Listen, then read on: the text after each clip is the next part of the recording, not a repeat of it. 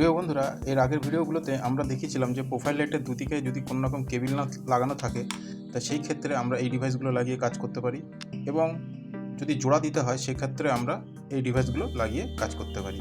তো এইগুলো আমরা পরপর দুখানা ভিডিও করেছি। 1 নম্বর ভিডিওতে আমরা এই ডিভাইসটা লাগিয়ে কাজ করানো দেখিয়েছি, আর সেকেন্ড ভিডিওতে আমরা এটা জোড়াটা লাগানো দেখিয়েছি।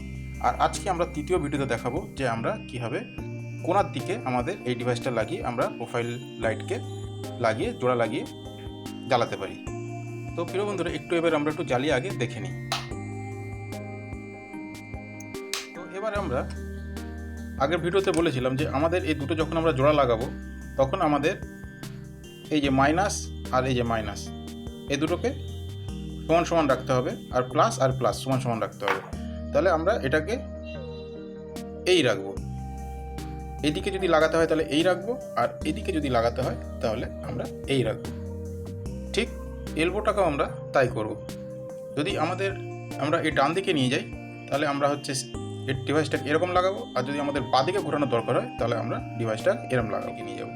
তো প্রথমে আমরা পিছনে গামটাকে উঠিয়ে দিয়েছি, এবার আমরা এটার মধ্যে ঢুকিয়ে দিয়ে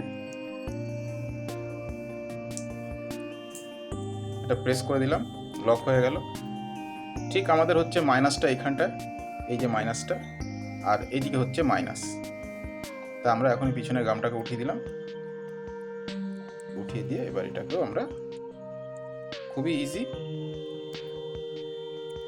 দিয়ে আমরা প্রেস করে দেবো। এবার আমরা এটাকে জ্বালিয়ে দেখব।